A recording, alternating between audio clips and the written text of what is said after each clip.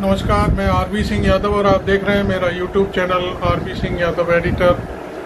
आज हम नरेंद्र मोदी की बात करेंगे। नरेंद्र मोदी पिछले कुछ दिनों से लगातार बड़ी बड़ी गलतियां करते चले आ रहे हैं। सत्ता हाथ में आ जाने के बाद भी आज की घटना पर हम पहले बात करते हैं, उसके बाद फिर हम उनकी दूसरी एक गलती पर बात करेंगे। नरेंद्र मोदी ने आज संसद में जैसे ही अपनी संसदीय सीट की तरफ से सदस्यता ग्रहण की, उस दौरान राहुल गांधी ने उन्हें संविधान की प्रति दिखा दी और ये जो जिस मुद्दे पर इंडिया गठबंधन चुनाव जीत करके आया था, हाथ में हर वक्त राहुल के हाथ में संविधान की प्रति होती है। आज पूरा सदन जो विपक्षी नेता थे, सबके हाथ में संविधान था। राहुल ने जैसे ही वो संविधान की प्रति दिखाई, नरेंद्र मोदी ने उनकी तरफ देखा भी, उन्हें हाथ जोड़कर शायद उनकी तरफ नमस्कार भी किया। इस बात को किसी ने संज्ञान नहीं लिया। लेकिन आज दो बातें सबसे बड़ी निकल कर आई।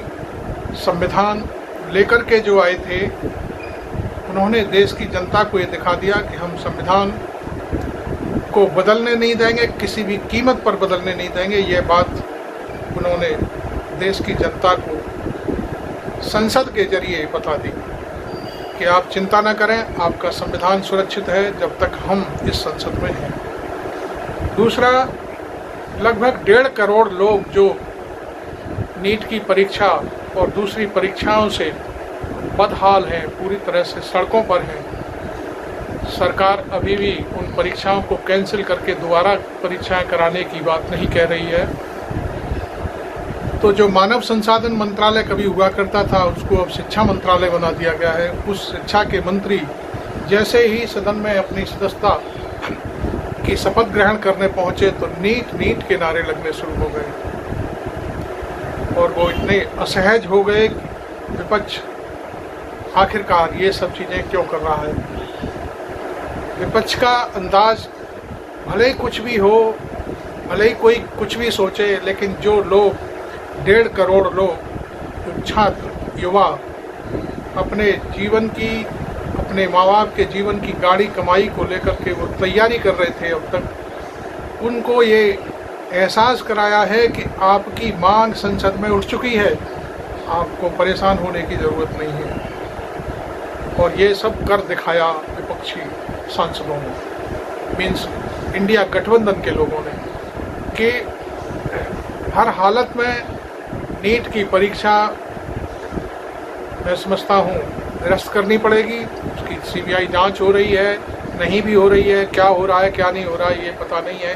क्योंकि सीबीआई जब जांच करने पहुंची तो पटना में आज सबसे पहले ब्रेकिंग न्यूज आई कि सीबीआई के जो दस्ता है उस पर हमला हो गया है और उसको सहयोग नहीं किया जा रहा है। बहुत सारी कई चीज़ें हैं, वो सब आपको गोदी मीडिया दिखा रहा है, कुछ गोदी मीडिया नहीं भी दिखा रहा है। लेकिन मैं आपको बता दूं, आरजेडी ने सबसे तगड़ा मोर्चा खोल रखा है। मनोज झा जो प्रोफेसर हैं, आरजेडी के प्रवक्ता, उन्होंने आज सारी परतें खोल दी। तमाम अखबारों की कटिंग, तमाम दस्तावेज, डॉक्यूमेंट उन्होंने प्रेस के सामने लाकर रख दिए। लेकिन कोई गोदी मीडिया मनोज झा की बात को सामने नहीं ला रहा है। वो तो सिर्फ तार जोड़ने की कोशिश कर रहा है कि वो पीएस है तेजस्वी का और ये है वो भी आज सब नंगी हो गई पूरी प्रेस, कहीं कोई बात निकल करके नहीं आई। तेजस्वी खुद कह रहे हैं कि जांच करा ली जाए सब चीज़ों की, हम तो पूरा सहयोग करने के लिए तैयार है, हमसे पूछ ले कोई आकर के कुछ भी। तो अब बात आती है कि ये सारी चीज़ें कहाँ जा कर के टिकेंगी, किसकी जिम्मेदारी होगी। मनोज झा ने तो यहाँ तक कह दिया, सुप्रीम कोर्ट सुने ना सुने, संसद में बहस हो न हो, लेकिन ये मामला सड़कों पर जरूर रहेगा। और सड़क किसी की बापोती नहीं है, सड़क जनता की है और जनता इसको सड़क पर आकर के मामले को उठाएगी और इंडिया गठबंधन जनता के साथ है। ये बड़ी बड़ी बातें जो हो रही हैं मैं आपको बता दूं। जांच कहां से कहां तक चली है ये भी मैं आपको बता दूं। सबसे पहले पर्चा बड़ोदरा से चला और वो कहाँ कहाँ गया, कहाँ कहाँ खोला गया, उसको कहाँ से कॉपी निकाली गई और वो फिर इस तरह से बाइफरकेट किया गया कि सभी को उपलब्ध करा दिया जाए। और इसमें अब ये मैं समझता हूँ ये कोई मंत्रालय नहीं है, ये कोई व्यवसाय नहीं है, ये जो पेपर लीक करने का मामला ये तो बहुत बड़ा व्यापार बन चुका है। इसमें अरबों खरबों के लेन देन हो रहे हैं, बिना कुछ किए ही लोगों के पास पैसा आ रहा है। शिक्षा मंत्रालय इसके लिए जिम्मेदार है, क्योंकि पेपर लीक करा दो 2-2.5 लाख रुपया नीट के विद्यार्थी दे देते हैं, क्योंकि उनको तो पेपर चाहिए सॉल्व किया हुआ। जो कुछ नहीं जानते वो सबसे पहले देते हैं। इसका मतलब ये है कि सरकार पूरी तरह से फेल हो रही है।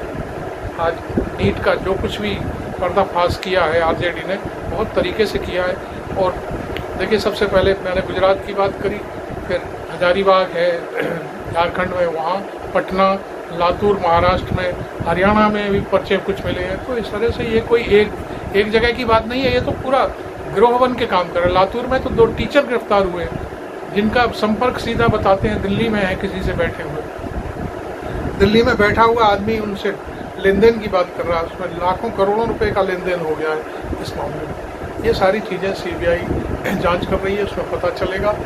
और हो सकता है सीबीआई प्रभावित भी हो जाए, क्योंकि मोदी के हाथ में है, वो किसको दोषी ठहराएगी किसको नहीं ठहराएगी, वो किसी के ऊपर भी लाद सकती है सारी चीज़ें। ये बातें मैं आपको बताऊं, आज संसद का पहला शपथ का दिन था, लेकिन शपथ के दिन ही सबसे पहले जो शपथ ले रहे थे उनको आईना दिखाते चले गए राहुल गांधी और अखिलेश यादव की पार्टी। तो ये मैंने देखा बहुत अच्छे से। कुल मिलाकर के मैं कहूँगा कि आप लोग बिल्कुल परेशान ना हों। जिन छात्रों से मेरी अपील है, वो आपके मुद्दे राहुल गांधी उठा रहे हैं। मैंने पिछले वीडियो में भी कहा था कि राहुल गांधी ये मुद्दे आज ही उठा देंगे संसद में। सबसे पहले उन्होंने नीट का, संविधान का, और कश्मीर में जो आतंकवादी हमला है उसका, और सेना में जो भर्ती का मामला है, वो 4 मुद्दे आज उठाए उन्होंने। और जो इनकी चर्चा मैंने पिछले अपने कल वीडियो में की थी, आपने देखा होगा, और नहीं है तो खोल करके देख सकते हैं। आपने मेरा चैनल अभी सब्सक्राइब नहीं किया है तो कर लें, क्योंकि मैं बहुत अच्छी जानकारियाँ आपको दूंगा, बहुत मज़ा आएगा आपको देखने। अब मैं आता हूँ मोदी की दूसरी एक जो बड़ी गलती हुई है पिछले 21 तारीख को, उस पर।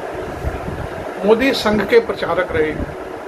हमने एक नहीं दर्जनों जगह मोदी की फोटो निक्कर में और काली टोपी में देखी हुई। अब बात आती है कि नरेंद्र मोदी देश के प्रधानमंत्री, भारतीय जनता पार्टी के सर्वेसर्वा और आरएसएस के फुल टाइम प्रचारक, ये कैसे भूल गए कि हेगड़ेवार साहब जिन्होंने आरएसएस की स्थापना की थी, उनकी जयंती पर ट्वीट भी नहीं कर पाए, जबकि वो छोटी छोटी बातों पर ट्वीट कर देते हैं, 1 मिनट लगता है। ये बात कैसे भूल गए? ये मसला बहुत ही गंभीर है। मैं आपको अंतरंग बात बता दूं, आरएसएस उनसे बहुत बुरी तरह से नाराज है। देखिए, पहले आरएसएस का बयान आया मोहन भागवत का कि विपक्ष को विपक्ष समझो, और भी बातें कही उन्होंने, मणिपुर की बात भी कही। फिर इंद्रेश का बयान आया। लेकिन 21 तारीख को नरेंद्र मोदी कश्मीर में क्या कर रहे थे? आमतौर पर ये सारी चीजें हैं, ये आरएसएस करता रहा है। आरएसएस आमतौर पर ग्रुप में इसी तरह के व्यायाम करता है। नरेंद्र मोदी भी व्यायाम कर रहे थे, लेकिन वो अपने हेडगेवार को कैसे भूल गए कि उनकी जो जन्म जयंती थी उस पर उन्होंने एक ट्वीट तक नहीं किया। भारतीय जनता पार्टी में किस किस ने ट्वीट किया मैं आपको बता देता हूँ। भारतीय जनता पार्टी का जो ट्विटर हैंडल है उस पर किसी ने भी एक शब्द नहीं कहा हेडगेवार के लिए। जेपी नड्डा ने अपनी पर्सनल आईडी से हेडगेवार को की जयंती पर शुभकामनाएं दी। शिवराज सिंह चौहान ने अपनी आईडी से दिया। मोहन यादव हैं चीफ मिनिस्टर उत्तर प्रदेश, उन्होंने अपनी आईडी से दिया। योगी आदित्यनाथ आरएसएस के आदमी नहीं है वो, आपको मैं बता दूं, वो हिंदू युवा वाहिनी के सर्वेसर्वा रहे और उसी के बलबूते पर उन्होंने पॉलिटिक्स में एंट्री की है। उन्होंने हेडगेवार को उनकी जयंती पर 21 तारीख हमने सारे ट्विटर हैंडल खंगाले जहाँ जहाँ हमको देखने को मिला, लेकिन बीजेपी की साइड पर हमें कुछ भी नहीं मिला। इसके मायने क्या है? इसके मतलब ये है कि भारतीय जनता पार्टी और नरेंद्र मोदी में सीधा सीधा आरएसएस से टकराव की स्थिति पैदा हो रही है। ये सारी चीज़ें मैं आपको इसलिए बता रहा हूँ कि मोहन भागवत, इंद्रेश, शिवराज सिंह चौहान का लड़का कार्तिकेय, वसुंधरा राजे, योगी आदित्यनाथ, कुछ ऐसे चेहरे हैं जो नरेंद्र मोदी से अब सीधे टकराने की ओर हैं। और ये सिलसिला यहीं रुकने वाला नहीं है, क्योंकि सत्ता का संघर्ष है। सब लोग समझने लगे हैं कि अब नरेंद्र मोदी ढलान पर हैं। ढलान का मतलब कहाँ से लगाया जाता है आप जानते हैं। जिसको सबसे ज़्यादा वोट मिल जाए वही सबसे बड़ा हीरो होता है, और जिसको कम से कम वोट मिले वो छोटा सा हीरो होता है, और जो हार जाए उसकी जमानत जब्त हो जाए। ये सब धीरे धीरे करके पर्दे पर होते हैं, सब नीचे नीचे गिरते जाते हैं।